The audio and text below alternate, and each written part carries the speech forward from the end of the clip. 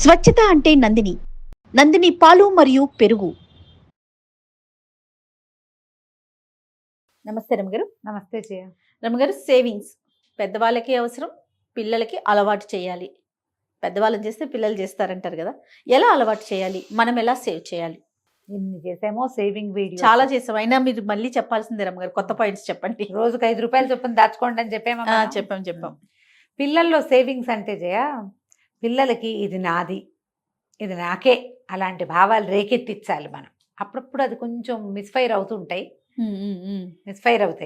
ఎవరైనా పిల్లలు పెద్దవాళ్ళు మన ఇంటికి వస్తారా, ఏ కజిన్సో, పిల్లాడికి 500 100 ఇచ్చారనుకో, వాడు నేను అది కొనుక్కుంటా ఇది కొనుక్కుంటా అంటాడు. బయటకు వెళ్ళినప్పుడల్లా నా డబ్బుల్లోదేనా అని అడుగుతూ ఉంటారు పిల్లలు. అవును, నా ₹100లోదే, నా డబ్బులే, నేనే అని, నావి అని ఆ సొంత మనతో అన్ని కొనిపించేస్తుంటారు. వాడి ₹100లోంచి ₹30 కూడా వాడు మనకి ఇవ్వరు. వాడి 100, వాడి డబ్బులు, వాడి జాగ్రత్త, వాడే కొనుక్కోవటం, వాడే దాచుకోవటం. ఇది అలవాటు చేస్తే మంచిదే. కాకపోతే అప్పుడప్పుడు వాడు షేర్ చేయాలి కూడా. పిల్లలకి మన చిన్నప్పుడు ఈ ముంతలు, కిడ్డీ బ్యాంకులు, పిగ్గీ బ్యాంక్స్, సొంత అకౌంట్లు, తన అకౌంట్ని తను చూసుకుంటూ ఉండటము, అలాంటివి నేర్పించడం మంచిదే. ఏదో ఒక హిందీ సినిమా చూసా, అందులో ఇంత పిల్ల ఉంటుంది, అది వాళ్ళ ఆస్తులు ఏదో నష్టం వచ్చింది, అన్ని డబ్బులు అని ఏదో మాట్లాడుకుంటుంటే పెద్దవాళ్ళు, అది ఎంతసేపు నా డబ్బులు అని అడుగుతుంటుంది అనమాట. నా హిస్సా నాకు ఎప్పుడు దొరుకుతుంది అంటుంది. నా హిస్సా ఎప్పుడు వస్తుందంటే అది చెప్తాడు, మా తాత నాయనమ్మ చచ్చిపోతే నాన్నకి, మా నాన్నకి, మా నాన్న చచ్చిపోతే మా అమ్మకి, మా అమ్మ చచ్చిపోతే నాకు మీ అమ్మకి, మేము చచ్చిపోయాక నీకు వస్తుంది. అబ్బా చాలా టైం ఉందే అంటుంది. వీళ్ళందరూ ఎప్పుడు చచ్చిపోతే ఎప్పుడు వస్తుంది, అక్కడి నుంచి నష్టపోయింది. నా డబ్బులు మాత్రం నేను ఇవ్వను, మీరు కావాలంటే మీ డబ్బుల నుంచి చూపించుకోండి, నా జాయిదాత్ మాత్రం నేను ఇవ్వనంటుంది. ఇంత పిల్ల క్యారెక్టర్ బాగా టిపికల్ గా కనపడుతుంది సినిమాలో. ఏదో హిందీ పిక్చరు, నాకు ఈ చిట్టి పిల్లల క్యారెక్టర్లు బాగా ఇష్టం కదా మీకు. తనది జాగ్రత్త పెట్టుకోవాలి అన్న ఆలోచన చాలా మంచిది పిల్లలకి. మనం డబ్బులే కాకుండా తమ బాంధవ్యాన్ని రక్షించుకునే రకంగా కూడా మనం పిల్లలకి చెప్పుకోవచ్చు. ఎట్లా నీ డబ్బులు దాచిపెడతావో అలాగే నీ రిలేషన్ని కూడా నువ్వు జాగ్రత్త పెట్టుకోవాలి. చూడు, దానికి ఒక విషయంలో జాగ్రత్త ఉందనుకో జయ, ఒక విషయంలో. రెండో విషయాన్ని మనం అటాచ్ చేయటం సులువు కాదు, చాలా సులువు అండి కదా. ఏ రాయటం వచ్చిన వాళ్ళకి కే రాయటం ఈజీగా నేర్పించవచ్చు మనం, అంతేనా? చాలా అసలు కదా. ఈ పాయింట్ పట్టుకోండి దయచేసి. వాళ్ళ డబ్బులు వాళ్ళకి పెట్టి పిల్లల్ని సెల్ఫిష్గా తయారు చేయటం అని పొరపాటును కూడా అనుకోవద్దు. ఇది వరకు మనం ఈ వీడియో చేసినప్పుడు జయ నాకు జ్ఞాపకం ఉంది, నేను మర్చిపోలా. చిన్న కామెంట్స్ అయినా కొన్ని నెగిటివ్ పాయింట్లు బ్రెయిన్లోనే ఉంటాయి జయ నాకు. అది అవసరమైనప్పుడు దాన్ని వాడతాను, గుర్తుపెట్టుకుని చెప్తా. అప్పుడు మనం చేసినప్పుడు 4 ఏళ్ళు పూర్తిగా అయింది, నాకు జ్ఞాపకం ఉంది. అప్పుడు ఒక 5-6 కామెంట్లు ఒకళ్ళిద్దరు నాకే పర్సనల్గా పెట్టారు. పిల్లలకి కనుక అలా నేర్పిస్తే వాళ్ళు సెల్ఫిష్గా అయిపోరా. రైట్, మనం డిస్కస్ కూడా చేసుకున్నాం ఆఫ్ కెమెరా కదా. అవును, గుర్తుందా నీకు? గుర్తుంది. పిల్లల్ని సెల్ఫిష్గా అవ్వనివ్వండి. ఏ సెల్ఫిష్నెస్ అయితే ఉన్నదో దాన్ని ఎలాబరేట్ చెయ్యండి. మీరు అర్థం చేసుకోండి నేనేం చెప్తున్నాను. ఇప్పుడు మీ పిల్లాడిని నేను సెట్ చేయను, నా పిల్లాడిని ఎవ్వరూ సెట్ చేయరు. నా పిల్లాడిని ఎవరు చేసుకోవాలి? అంతే కదా. మీ అబ్బాయో మీ అమ్మాయో మీ చేతిలో ఉండి వాడు తన వస్తువుల పట్ల పొసెసివ్గా, తన విషయం పట్ల పిసినారితనంగా ప్రవర్తిస్తుంటే తన బంధాల పట్ల కూడా వాడు అలా ఉండేలాగా మాట్లాడడం మీకు రావాలి, నేర్పించుకోవాలి, మీరు నేర్చుకోవాలి. అది ఆ రకమైన ఐడియా వేయాలి. ఇప్పుడు మన పిల్లాడు ఉన్నాడు, ఒక 4 ఏళ్ల వాడు ఏం చెప్తే అన్నం తింటాడో మీకు తెలీదు. అది ఏం చెప్తే ఏడుపు ఆపుతాడు, ఏం చేసి ఒక నెల పిల్లాడిని కూడా ఎలా ఊపితే వాడికి నిద్ర వస్తుందో మీకు తెలుస్తోందే కదా. వాడు సెల్ఫిష్ గానో పొసెసివ్ గానో ఉంటే వాడిని మిగిలిన వాటిల్లో సెట్ చేయడం మీకు ఎందుకు రాదు? అదే కదా మనం ఇచ్చే ఐడియా. అవును, ఇప్పుడు మీరు డబ్బులు దాచిపెట్టేలాగా పిల్లల్ని ప్రోత్సహించండి, అలా అయితే పిల్లలు సెల్ఫిష్గా అవుతారు అంటే అలా ఎలా కుదురుతుంది? మీకు డబ్బులు దాచుకోవడం నేర్పాలి మనం, అంతే. ఖర్చు పెట్టేయకుండా కొంత వెనక్కి దాచుకోవటం అనేది అలవాటు చేయాలి.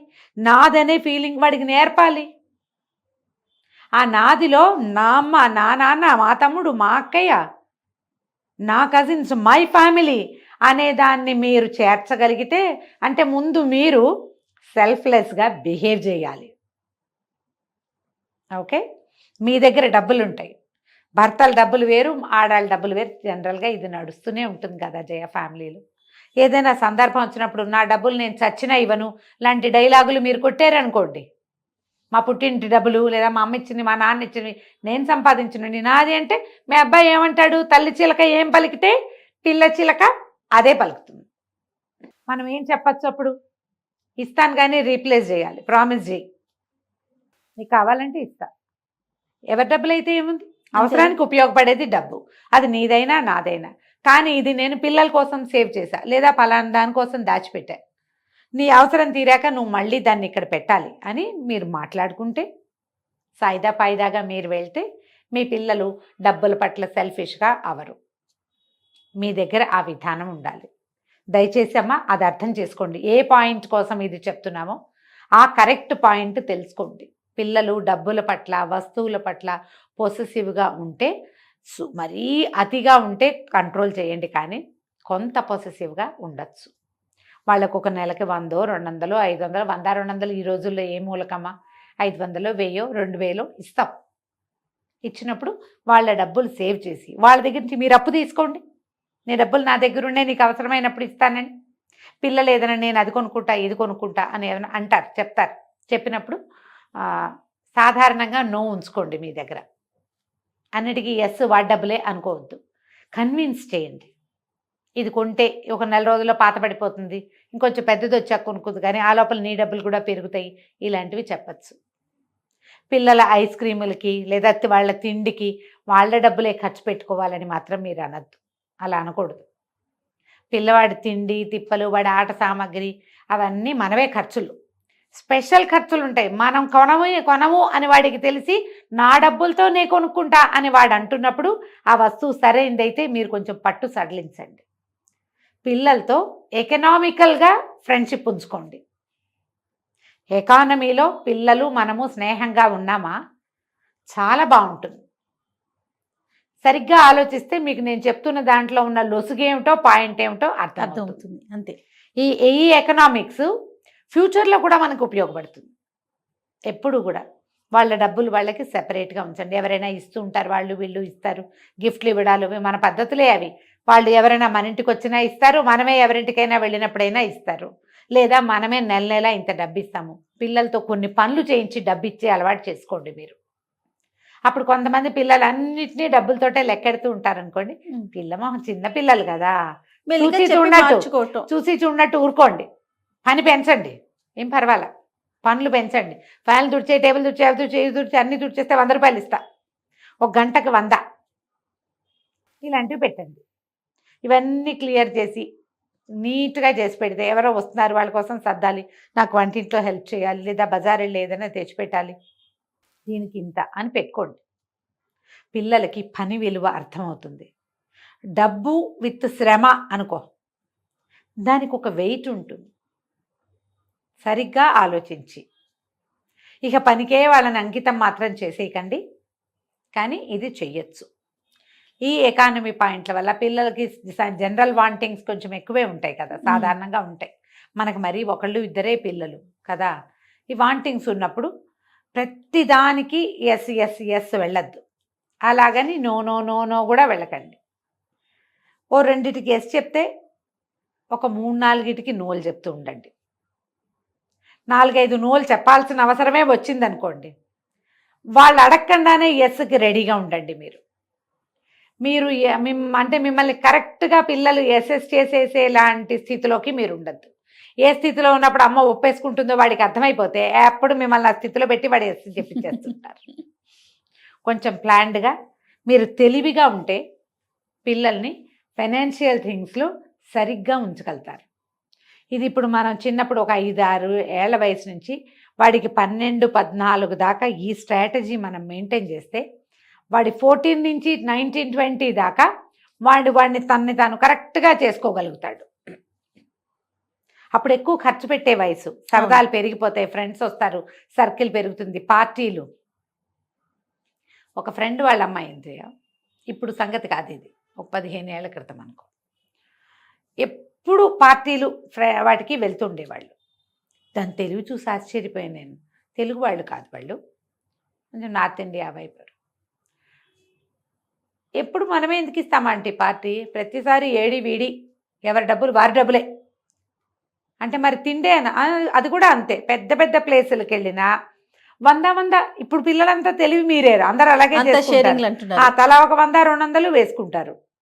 ప్రతిసారి ఇట ఒక పర్సు పెట్టుకుని వాళ్ళు 8 మందో 9 మందో ఫ్రెండ్స్ బ్యాగుల్లో చిల్లర మిగిలితే ఆ పర్సులోనే వేస్తారట. ఆ పర్సు బాగా రిలయబుల్. ఒకే ఒక్క సనాతని ఫ్రెండ్ ఉందిట, అది బంగారు తల్లి, ఒకళ్ళ రూపాయి తీసుకోదు, చచ్చిన అబద్ధం చెప్పదు.